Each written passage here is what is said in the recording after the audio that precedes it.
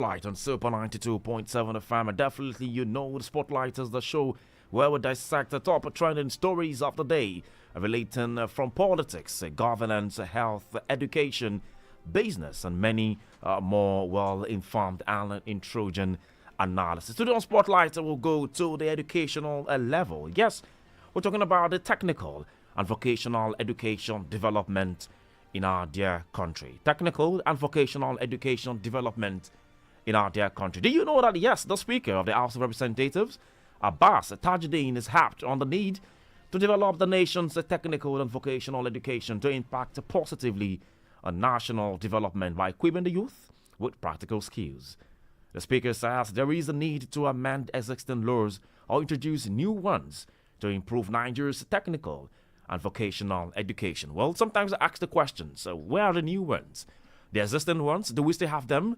Oh, I know various technical educations, technical schools in our dear country, and ask myself, do they still exist? Well, the federal government has also proposed a 12-year basic education model, but has also denied scrapping junior secondary schools and also the senior secondary schools. Well, joining us live to look at these issues right now is an education researcher, and we also have young professionals, young American professionals right here in the studio. But let's start with the home education researcher, Dr. Peter Ogundoro. Dr. Peter, welcome. Good morning. It's my pleasure to be on the show this morning. How are you doing this morning? Great, fantastic. I mean, good. Good. Good to see. You're looking great. Everyone should see what you look like this morning. Thank you very much. I mean, good to have you in the studio. I mean, we just hear your voice sometimes. You just speak from afar and. But good to have you in the studio. Yeah, it's my pleasure. All right. Also joining the conversation is young American professionals who will definitely be doing justice to matters arising. We have Felicity. Felicity, good morning. Good morning. Thank you for having us. All right. We also have Juliana. Juliana, good morning. Good morning. It's great to be here. All right. We also have Nate. Nate, good morning. Good morning. It's great to be here. We also have the Nigerian professional, also Marvelous. Good morning. Welcome. Good morning. It's nice to be here. Thank you. Let's say ladies first. So that's that. I mean, so let's begin with Dr. Peter Ogundoro. I mean, Dr. Peter, there's issues about vocational education development in Nigeria. I don't know if you're aware about any technical education in Nigeria. Well, definitely we still do have technical schools. It's just that they are not popular, and you should know why. Why? Yeah, the simple reason is the fact that the people who want to promote technical education as policy, formulators are individuals who themselves don't encourage their children to go to such places. And we know that technical schools cannot deliver on the promises they have for society if you don't equip them with the technology it takes to really make them deliver. Again, we haven't got the manpower it takes to make those places function, because most people who go to university don't want to learn how to teach young people to acquire practical skills. And again, we don't pay them well. And we know that in Nigeria, politicians make all the money. And the average politician doesn't have technical skills. He can't fix a refrigerator. He cannot fix your chairs. He cannot fix, your fans, your phones, and those kinds of things. They just manage to go to, the conventional route, through the conventional route, acquire degrees, and over to Abuja, and they become billionaires, and they call the shots. But the people who are products of technical schools are individuals who, at the end of the day, you discover that they are not the millionaires in our society, and so we look down on them. Nobody wants to become associated with that which society does not respect. Well, is vocational school, is it the best form of education? Well, every type of education is important. We need to develop all aspects of our lives, really. So we need to develop our intellectual capacity, acquire the ability to do proper analysis, to think properly. So even now that we are talking about technical education, we shouldn't make it look like that's the only thing we need. First, we have to get young people and even adults to learn how to think properly. And we shouldn't take it for granted that because you're a human being, you know how to think. It takes being in the classroom and being taught by good quality people to know how to think. And so and that you know how to everybody thinks. I mean, Marvelous things. Juliana thinks. Yeah. So, what is different about the thinking? Well, maybe the young people from America. Let me start with Marvelous. I mean, you just heard what Dr. Peter said. I mean, the first thing is thinking properly. What's different about thinking? I think one of the things that's important when you're thinking about thinking is that the idea of slowing down and being able to break things into different parts, being able to see nuance is really important when you are explaining a topic or a concept. And I don't know if that's as promoted in the Nigerian educational system. I think, I remember going through like primary school and secondary school and focusing more on like memorizing things and taking notes and being like the fastest person to take notes, the person who can regurgitate information. And I think that sort of training doesn't emphasize dealing with new issues, because like in life you are like going from, there's a lot of focus on reciting things from the past and not as much like how can you apply this knowledge to problems that will come in the future. And ultimately for fellow Nigerians, that's a thing that's important, because it won't be the information that we learned in school that will help solve the problems of AI or, all the... Yes, that's also a big issue too right now. Yeah. Some of the problems that will be coming in the future and things that we can't even predict now. And so when you have an educational system remembering things from the past, how are we thinking about the future? And so I think one of the things that's been important to me when I went for my studies in the United States is how do you deal with uncertainty? How do you think about risk? And that involves component parts and also feeling empowered. Was there different with your thinking when you were in Nigeria and when you went to the United States? Mm-hmm. I think it goes back to the issue of like less focus on memorizing and then thinking about... obviously, there are big ideas that are important for us to learn. It's not... We shouldn't disregard like the foundation that we need to lay, but in thinking about the things that we memorize, it's important to know how those will apply to different situations. And I know internships, I was in university for 4 years. I spent one of those 4 years like not on campus. I was in Washington, D.C. and in New York City. My school encouraged me to like leave campus and go to different cities and learn. And that sort of education is not like... Honestly, I don't even know if it's possible in Nigeria, and so that's the kind of thing that I want to bring. In the United States is the access to internships. So a lot of businesses will bring on young college students and young professionals to learn the business, to gain skills before they actually get employment, and that's a great way to develop skills that you don't necessarily learn in university or in high school. Interesting. Okay, Felicity, you want to make a comment to that? States is very much focused on this element of what am I learning, but also too providing emphasis on what will I do with what I'm learning, in addition to why will it be important. So to be able to supplement that with real life working experience and sort of supplementing the university model or even to the high school model as well. They work really well in tandem with each other to create good workers, to create good thinkers. Well, great thinkers. Well, Nate, your take. I think as someone who went to a high school... In order to more actively choose where we want to go. And I don't think that was emphasized enough in my primary and secondary school education. Wow. I think a more... where was your primary school education? Where? You want people to be able to find me.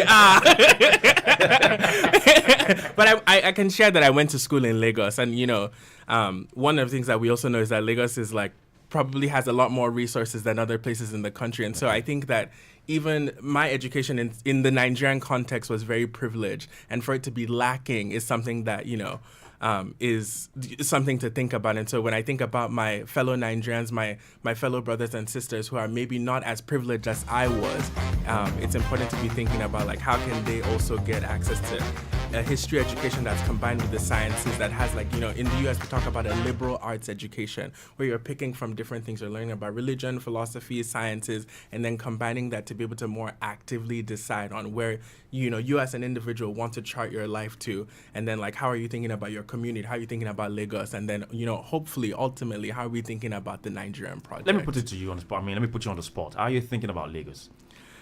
I think, being back here these past couple of days, I really do think Lagos has a lot of potential. We spent some time yesterday, at the Lekki Conservation Center. And honestly, it was surprising to even, growing up here, I didn't even know that kind of place existed. Okay. And you get to this high point where you're able to see the entire city. And there are dreams in Lagos that deserve to be fulfilled. And it's really important to me that the education system creates the ramp, creates the ladder for those dreams of my fellow Nigerians to be fulfilled. Interesting.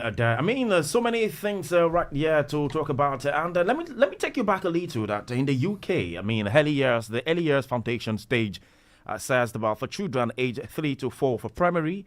Primary education is divided into key stages 1 and 2. We have key stage 1, which is for ages 5 to 7. Key stage 2 is for ages 7 to 11. We have secondary education is divided into key stages 3 and 4. We have key stage 3, which is for the age of 11 to 14. Key stage 4 for the ages of 14 to 16. Students take the General Certificate of Secondary Education exams at the end of year 11. Education system in the UK said is divided into 4 main parts: primary education, secondary education, further education, higher education. Well, in the US, maybe I shouldn't just say, since we have those who probably have gone through the system right here. We'll come to that. But in Nigeria, I mean, it's a different ball game where we have a 6-3-3-4 system. And it's been questioned why, migrate to 12 years of compulsory education while also retaining the current 6-3-3 structure, while also targeting elimination of barriers between the JSS and SSS. This put a question. Let me come to Dr. Peter before I go to those who have probably gone through the system. There was a time where we questioned this system, where the minister had come out to say, well, we just have to look at this, even though the federal government are proposing the vocational education and all of this. But if we have to sum it up with the 6-3-3-4 system, some go through maybe 6-3-3 and then stop and then go to vocational education. Some go to maybe vocational education, come back and go maybe to 3-3-4 or 3-4 system. So all of these issues, how do you address the government in this? Well, the important thing to note in the context of Nigeria is that the problem we have to solve now is not the problem of nomenclature. Okay. There's so much focus on nomenclature: 6-3-3-4 system, 6-5-4 system, and now the minister is talking about 12-4 system. That's not Nigeria's problem. When education is in focus, the problem we have in our hands is rooted more in the fact that we haven't got great teachers. And the reason why we don't have great teachers is not because we don't have intelligent teachers. We have intelligent teachers, but the reason why they are not delivering on their promise to children is the fact that the government hasn't invested in giving them the knowledge and the skills and the values they need to be able to use classrooms to transform lives. And I think that's a key thing. They should be front and center in everything we think about when it comes to education. But that doesn't look like is the case. The average Nigerian teacher doesn't earn up to 50,000 naira. If you put that in a global context, how much is 50,000 naira? I'm not even sure it's up to $30.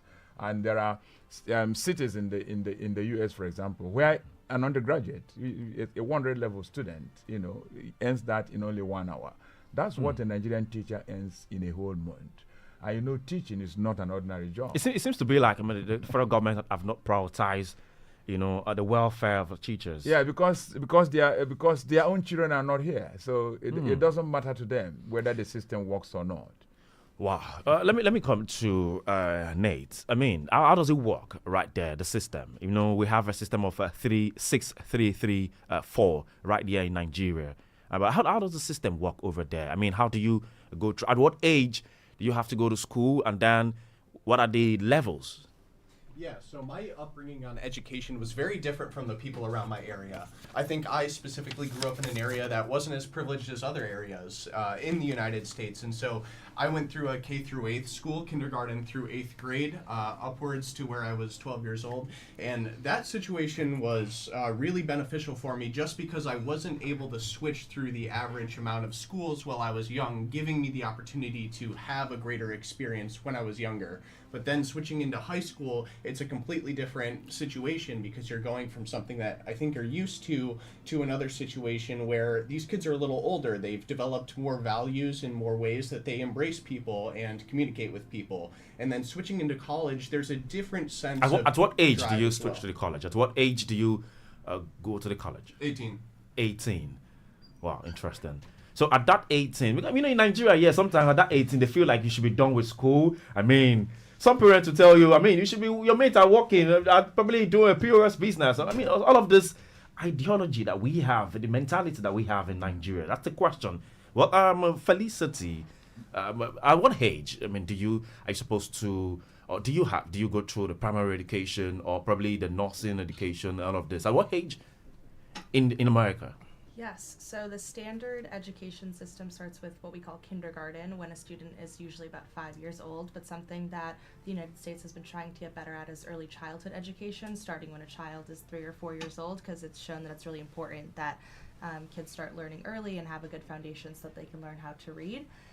So we start when we're about 5, go through what we call elementary school, then go to middle school for 3 years before moving on to high school. And that's a pretty standard trajectory that most students follow. And then after high school, students can decide if they go to university or not. And we have 2-year universities, 4-year universities, and vocational schools that students can choose from. Marvelous. I can't forget your name because that name is. So, you got into the institution in the U.S. at what age? I moved to the U.S. at 17. I started at 17? Yes. You started your education at 17? Started my university education at 17. University education at 17. Were there any questions or any thing you had to face, at that age? Oh yeah, 100%. I think moving, it's 6,000 miles between Nigeria and where I went to school in the United States, and I think that there are challenges that come with moving to a different culture, moving to a place that my parents had never been to before, and having to figure. The first one that you meet when you get there is the cold. I can still remember the snow and like feeling cold and all of those things. But then there's also like a different way of teaching, a different way of interacting with your peers and teachers, and figuring all of that out takes time. It doesn't mean that we call ourselves international students. It doesn't mean that the international students or Nigerians who move abroad, when they struggle in their, might struggle in their first semester or second semester, aren't smart enough or aren't good enough to compete in those spaces. It just means that you're working on a ladder, and at the beginning it's just a little tougher. But it would be interesting to not have to face that kind of transition if those sort of institutions were in Nigeria.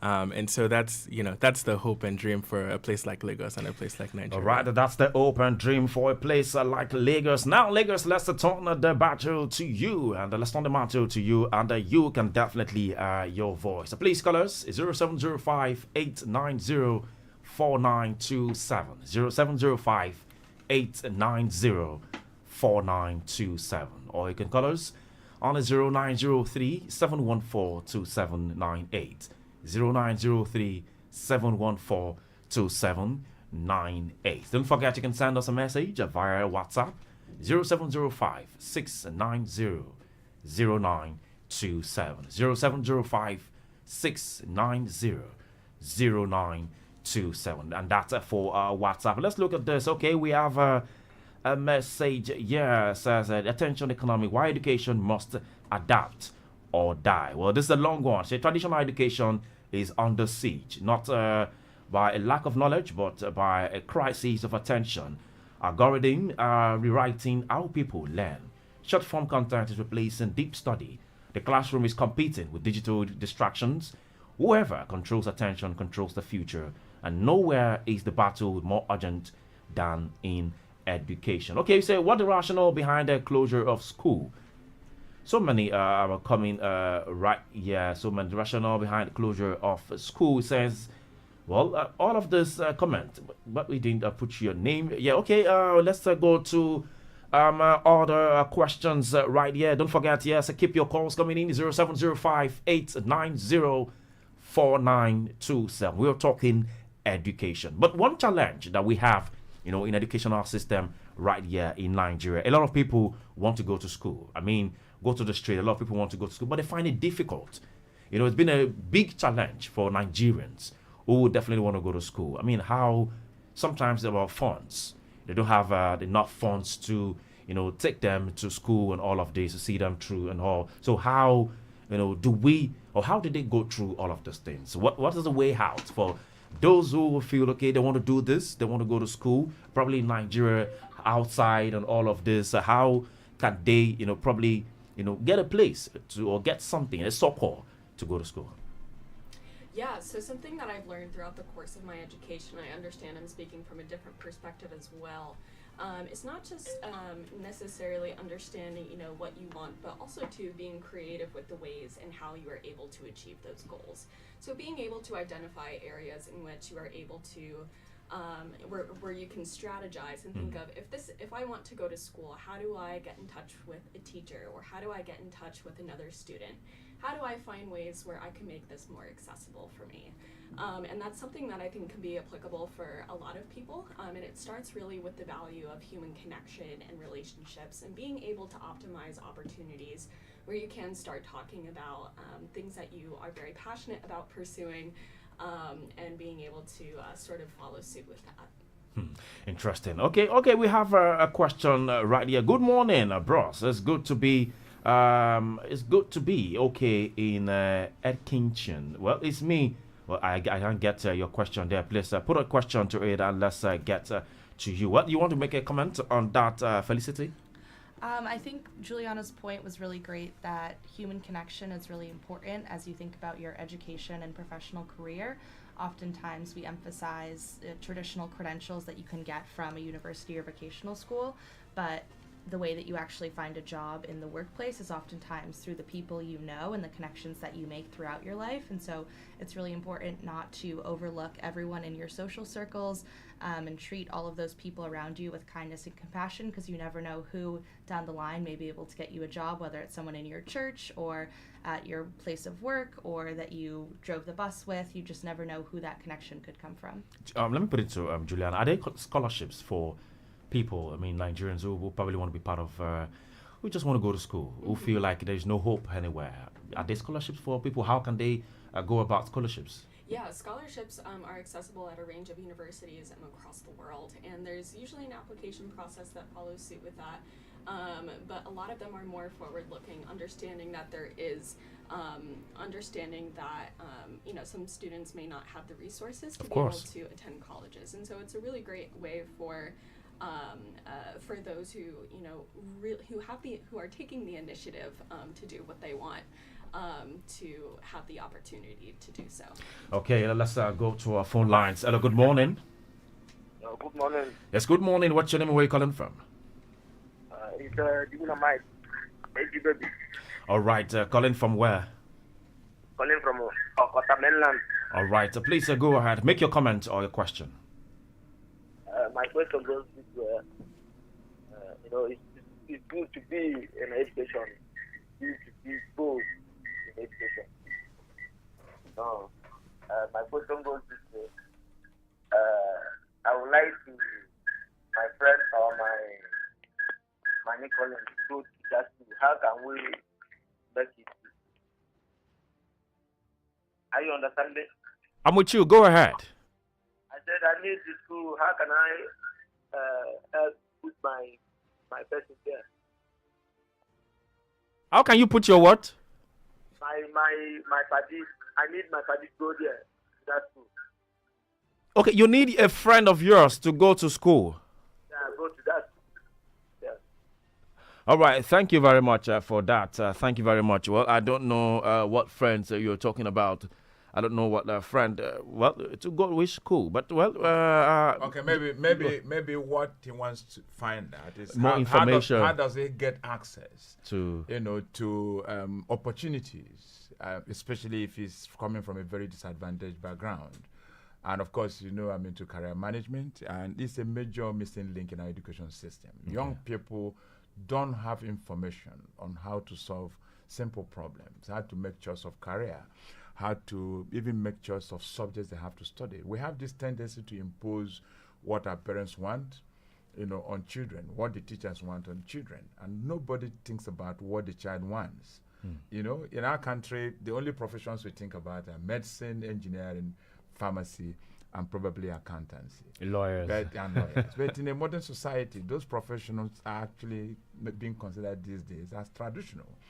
All the money is in the places that nobody is talking about. And where's that? Maybe I can also... Now, it will shock you to hear from me, for example, that a discipline as obscure as anthropology can make a world of difference. The reason why Mark Zuckerberg, for example, is doing well in what he's doing today, he's in the top 10 richest people in the world.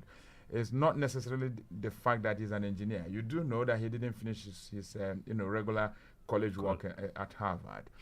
But he made the right choices right from high school, learned, things, and his parents permitted him to experiment. He failed and, overcame challenges and learned from those challenges. And that's where I think, again, America differs significantly from Nigeria in terms of cultural orientation.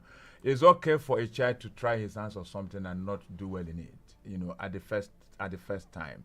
So you are encouraged to learn from your experiences, even when you might interpret it as failure. We know that Thomas Edison is famously associated with the idea of failing 10,000 times. And every time he misses it and you say he has failed, he said, no, I haven't failed. I have only learned how not to do it.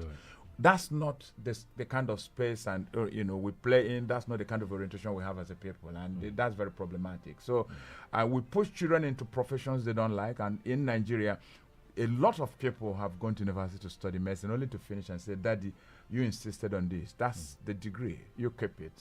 I'm going to talk football on radio. And they enjoy doing it. I can see one of your colleagues in the studio telling me, that's me. So you find these kinds of people all over the place. So we need a good career management system at every level of education system, starting even from kindergarten, so that children get properly directed. And parents should find the humility to recognize that they are not omniscient. Especially in a modern society, the parents here have the tendency to think that they know everything. They don't allow their children to speak. Children are here to be seen and not heard, and that's not very proper. And that makes us very inefficient in the way we manage young people's career, because at the end of the day, people are studying what they don't really like, and when they finish, they don't get the jobs. And that's probably one of the reasons why graduate unemployment has remained very problematic. Is there any effect to students who study what they don't like? Definitely, the person can go into depression. The person will have lowest self-esteem. Because when you go into studying what you don't like, you are not likely to be passionate about it. You are not likely to give it your best. And you probably will not even have the foundation it takes to excel in that area. And so you are likely to skip classes. And even with your best efforts, you are not likely to do well academically, which is an area that parents in Nigeria are very interested in. So let's give the children the chance to be front and center when it comes to making choice of career. All right, you heard it all. Let's give the children a chance when it comes to making a choice of a career. One thing definitely that Nigerians say, or the Goshians say, a lot of people say right here is education is a scam. And that take me down to Marvelous, who is in Nigeria. And a lot of Nigerians say this, education is a scam. Education is a scam. I want to bring this to you, right? You are a Nigerian. I mean, you've gone through the length and breadth, of the way things are done in this country. And how do you address that slang, that language, that thinking of the fact that when Lagosians, when people say, when young champs, young beautiful kids will say, education, especially in Nigeria, is a scam. And they'll give examples of people, outside who, they achieved this, they were not educated. They achieved these, they were not educated. But, how do you address that? I think there's a couple of ways to think about it. First of all, we can start by thinking about what a scam is. It's typically a thing where you lose money. And then we can maybe think about education and you don't lose money, but education is a long-term investment. And it's an investment that typically brings dividends for not just yourself, but for also members of the community. And so I think when you have that more holistic way of thinking about what is a scam and what is an investment, education clearly fits on more on the investment side. The thing with it, though, is that it takes time. I think one of the frustrations that young people are expressing in that saying is that education takes time. It takes 4 years to go to university. It takes time to study. And maybe, you're missing out on, there is an aspect of you missing out on money that you could be earning while you are in school. But the thing with long-term investments is that the returns are typically bigger and more important after the period of investing. And so my encouragement would be to other young people is to take the time to go through the investment, to even in some cases do the hard thing, right? It honestly might be it honestly is a hard thing to spend time, while some of your mates might be earning money, to be studying. But I think ultimately, as a community, as a society, as Nigeria, that is the thing that is important for us. There's this idea of delayed gratification where you are saying no to something now to be able to reap benefits in the future. And I think just as a community that is something that we maybe need to emphasize more. Education itself is delayed gratification. Its fruits take time to be born. All right, you heard it. Education is a delayed gratification. You want to make a comment on that, Nate? I think that's definitely right. I mean, you're in it for the long term, and you are delaying the profitability of maybe working a job before you go into education, or maybe going to college and other people foregoing college to work in the trades, or maybe start a job earlier in their life to make more money in the early term or the short term. But I think in the long term, the more education that you have makes you more valuable as a person, and it's kind of the idea of social capital as well. The more education you have, it makes you more valuable. What general advice do we have for education stakeholders in Nigeria? Students, parents, teachers, and probably education policy makers. What advice do we have? Let me have you, Juliana. What advice do you have for stakeholders? Take initiative.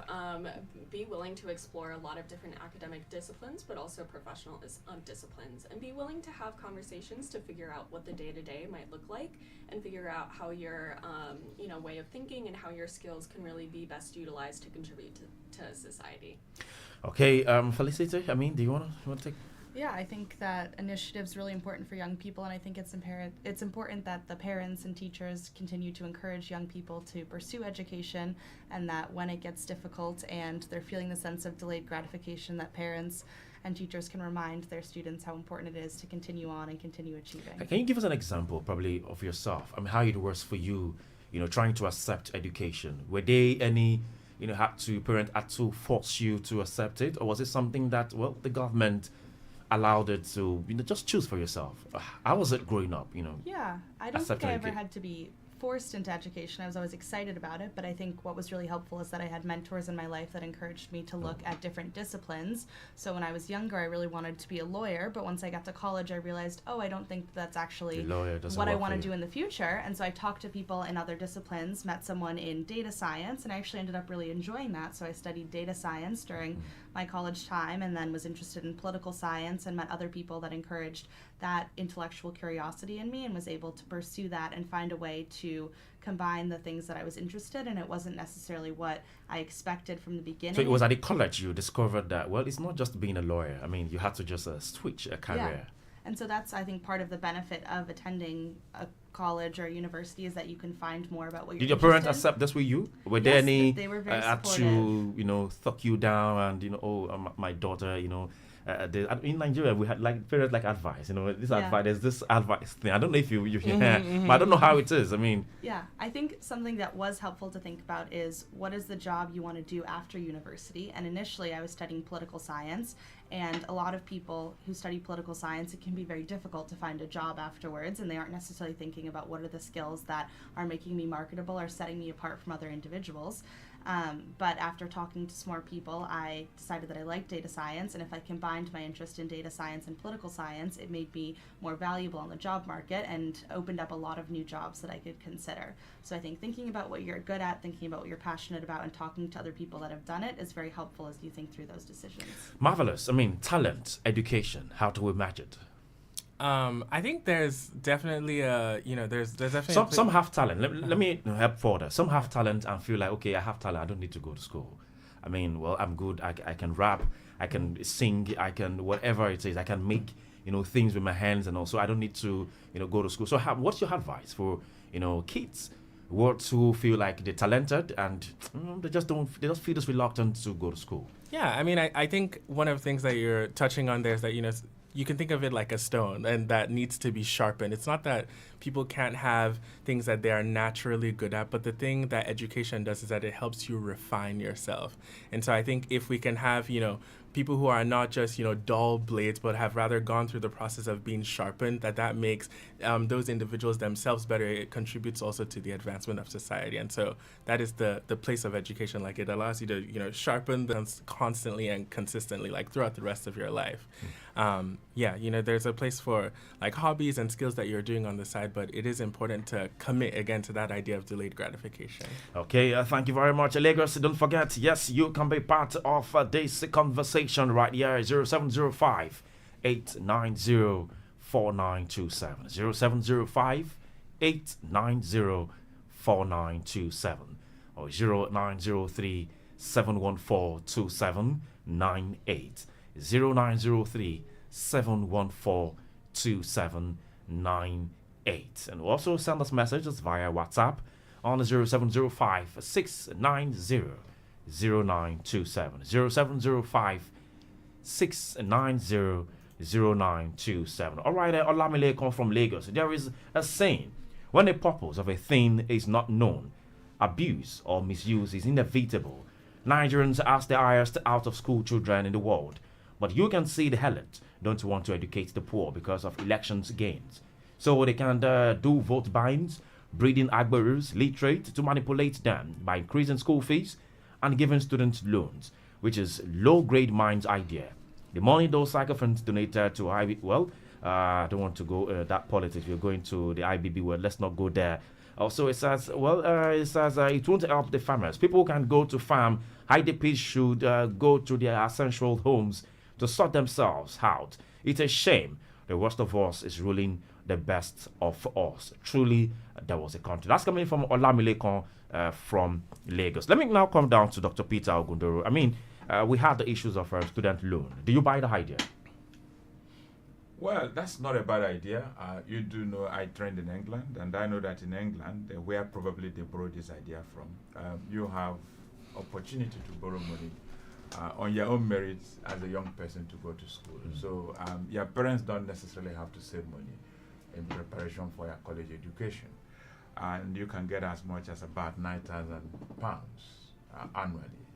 And so over the period of 3 years you spend in the university, you are able to borrow as much as £27,000. But you are not required to pay back this money until you start earning up to a certain minimum. That seems to be the system too in Nigeria. Yeah, no, that's not exactly the truth. That you have to, in the UK, if you borrow money from government to go to school, you have to earn a certain minimum before government can ask you to pay back, and that minimum is above £20,000. If you convert £20,000, to naira, its equivalent is more than 40 million naira. So you have to earn that kind of minimum before government can ask you to return that money. If you never end up to that, government will never bother you. In the US, you have a similar system. People borrow money to go to school, really.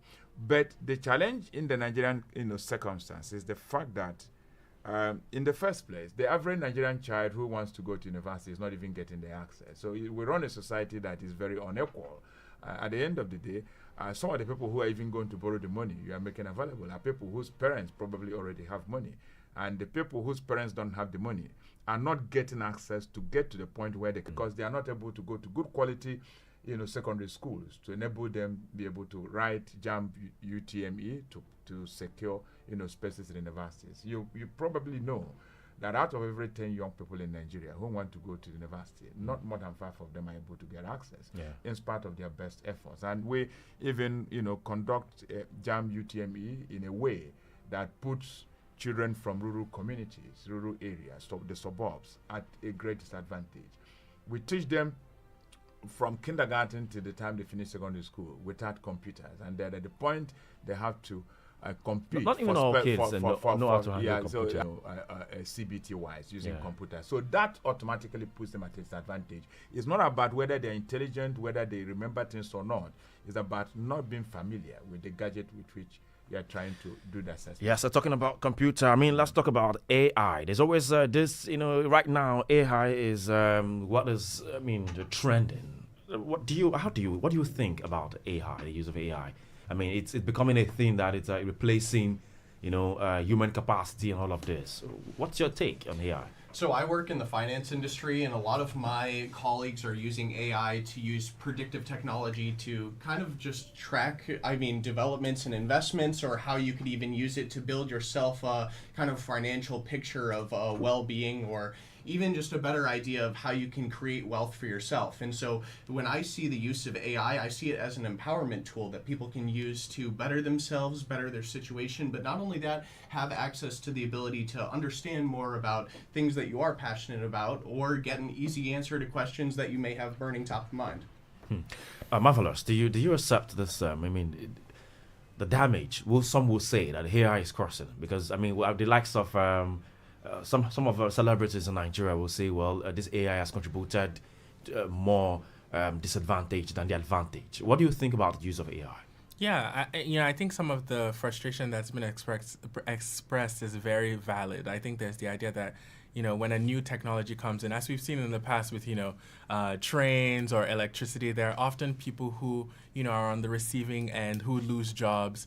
And those people should not be dismissed. I think those frustrations should be heard. And I think the solution to that, I think what the gap that needs to be filled comes more from the state and the nation, where we build a society that is, pushing forward innovation, pushing forward the idea of AI, but also understanding that when these technologies come into place, that there will be some people who will lose their jobs, but how do we take care of those people? It's not just the idea that we are building, but we're taking everyone along. And so having an insurer state while also having a state that's promoting innovation, those two are very important to be moving forward at the same time. Felicity? Yeah, I think that is a really good point. I also think that AI is really a hot button issue right now that a lot of people talk about without fully understanding. And I think that while there are a lot of valid concerns, I don't think we need to be concerned that every job is suddenly going to disappear overnight. It's going to happen over time, and I think people are going to be able to understand it better. But in it's the coming fast months. replacing humans. It's fast in places of works, in the different spheres of life. AI is beginning to replace humans. And do you buy the idea? I think it's part of, as Marvelous said, what happens when we have a new technology, and it will happen over time. I don't think it will fully replace humans because there are a lot of benefits of AI, there are some things that still can't do, and so it will not ever fully replace us. Juliana?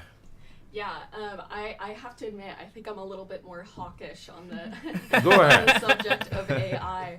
And it kind of goes back to our prior conversation of one of the values of education is sort of being able to develop the brain and think about how good thinkers can think.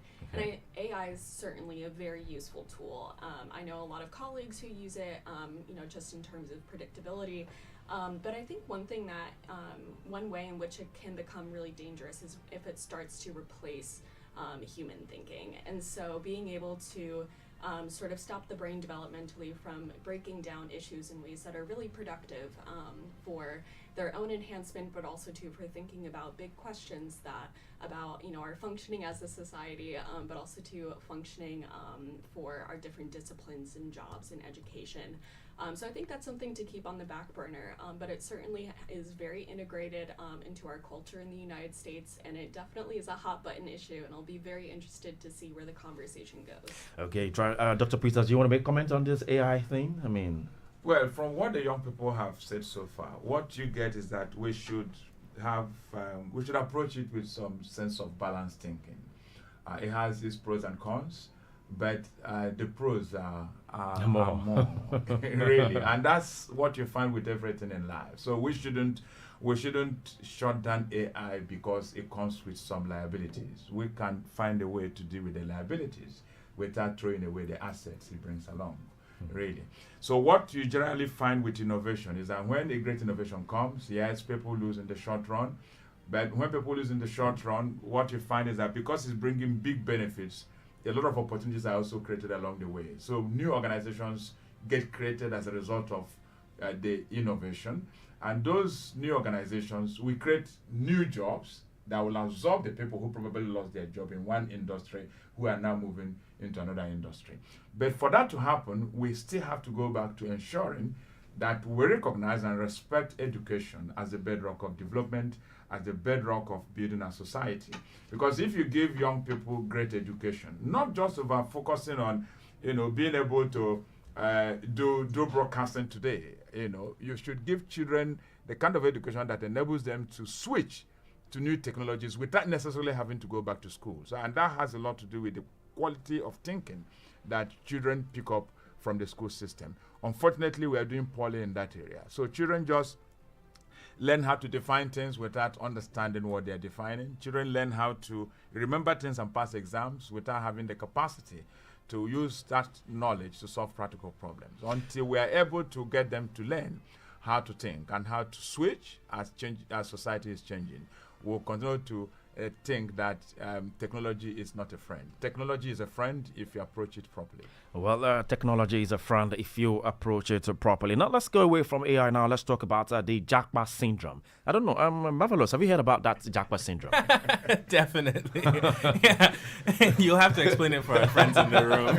Okay. I mean, sometimes there's always been these issues of where a whole lot of things, are definitely happening. Let me explain to Felicity, Juliana, and Nate. There's what we call a Japa syndrome. Marvelous. You're the best person to explain it, but it's fine because you have experienced it. I mean, so Japa typically means to leave. Japa translates to leave, right? To run away. And so there's the idea. No, you're not running anyway. But there's the idea of young, very talented Nigerians who leave the country because of some of the frustrations that have been experienced over time. In the US, it might be more familiar to you guys if you say brain drain, like the brain drain of the country where people are young, smart people who maybe should otherwise be in the country contributing to its development are leaving for, cities and societies in the West because there's just a little bit more stability there. So what's your question? So I'm coming out to you. What can Nigerian government do? To encourage Nigerians in diaspora, to come back home and help develop the country.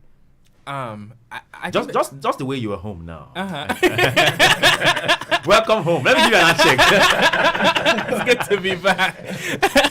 I think for a lot of the Nigerians who have moved abroad, there are a couple of things to think about. One of them is the idea of stability. I think the unpredictability of the Nigerian environment, while, can be very exciting, but I think it can also be very stressful for, I think honestly the average Nigerian who really can't think of how am I going to survive and eat food 3 months from now. And that sort of enabling that sort of predictability is going to be very important for those of us who have maybe spent some time abroad and are trying to dip our food back into the Nigerian water.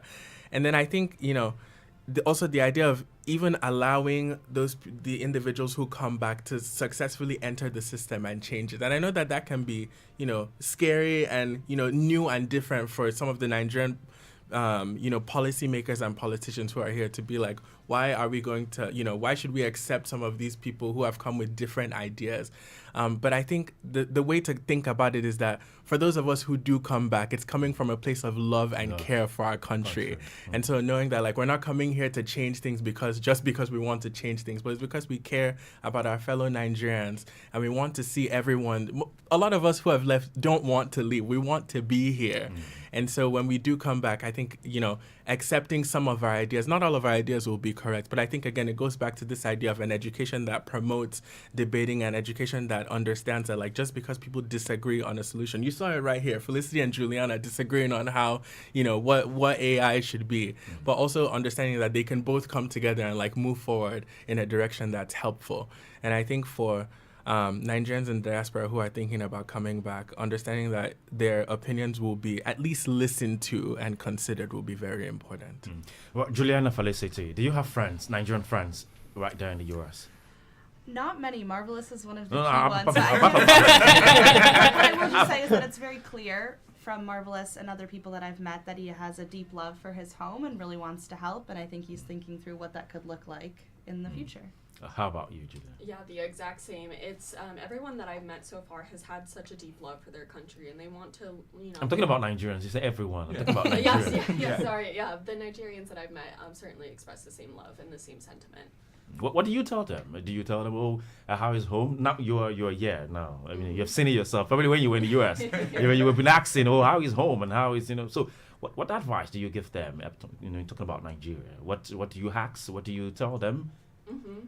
Yeah, I haven't been in contact with my friends back home, but Marvelous and I have had a lot of fruitful discussions about how does being home impact what you think for the future. And so I'd be curious to hear a little bit more about that as well. Okay. How about you, Nate?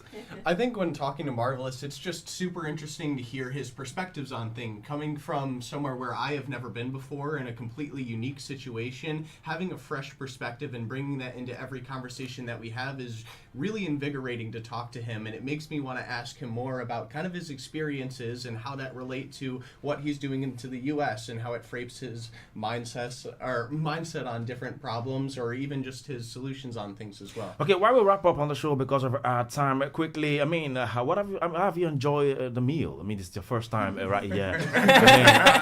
Yes, it's on a lighter mood right now. So have you been able to enjoy the meals, attires, Nigerians attires? I mean, all of the Nigerian weather and all of it. I mean. Yeah, I'll be completely honest with you. I am Okay. one of the pickiest eaters you will ever meet in your entire life. Like, I don't eat any vegetables, no fruits, no milk, and so coming here is definitely something where I have to get out of my comfort zone, but that's, if anything, what I've enjoyed the most is the fact that these are new experiences that I haven't had before, and everybody that I've met and all the experiences I've had so far have been completely unique, and that's what I love is becoming someone who is a whole of themselves through the new experiences that they have. Interesting. Okay, Felicity. I love meat pie. I love the moi moi. I've really enjoyed trying all the foods, seeing the fashion, and everyone that we've met has just been so welcoming. So it's been a lovely experience in this country. I don't need to ask Marvelous. I mean, let me come to you. It's been absolutely transformative. I mean, just in terms of a palate for food, but also too just for. Sometimes you talk like a politician, but, but it's fine. Yeah, close to it. But also too just to get a sense of how other societies are structured and how they show love and how they show care and how they show interest has been so incredibly awesome to explore. Okay, finally, right now, I mean, for those who probably want to, Nigerians who want to get scholarship, who want to be, in universities abroad, I mean, how can the young Nigerians secure good quality scholarship in the U.S.? Marvelous, do you want to advise? Quickly, I do 1 think minute. that there's a bedrock of working hard in school and getting good grades. But I think for some of those, working out the details, probably Dr. Peter is the best person to answer that question. So we'll turn it over to him. Yeah, certainly. I did mention earlier that career management is a major missing link in our education system. Opportunities are bound around the world, in the US, in the UK, in Canada. But what kind of people do American employers give jobs also? Yeah, interestingly, Americans are interested in people who think well, who are flexible thinkers, people who are willing to move to new levels when the levels change. You get what I mean? They are interested not only in those who earn good grades, they are interested in people who are interested in society. So when you are in high school, you should contribute to developing society through community service. When you are in school, you should accept to play leadership roles, compete to become a head boy, a head girl, compete to be prefect in any respect. All right. So if you're there and you're a head boy, you're a head girl in school right now, I guess you have a better opportunity to school in the U.S. All right. Because of our time, I thank you very much, Dr. Peter Ogundoro, an education researcher. Thank you very much for being part of the show this morning. Yeah, it has been my pleasure. And also Felicity, thank you very much for coming to the show this morning. She is a young American professional. Thank you very much for coming. Thank you. Also, ladies first. Marvelous, stop looking at me. Okay, Juliana, thank you very much for coming to the show. And Nate, it's been a wonderful time having you right here on the show too. Okay, Marvelous. Well, finally, thank you very much for being on the show this morning. All right, Lagos, this is where we call it a wrap right here on Spotlight on Super 92.9.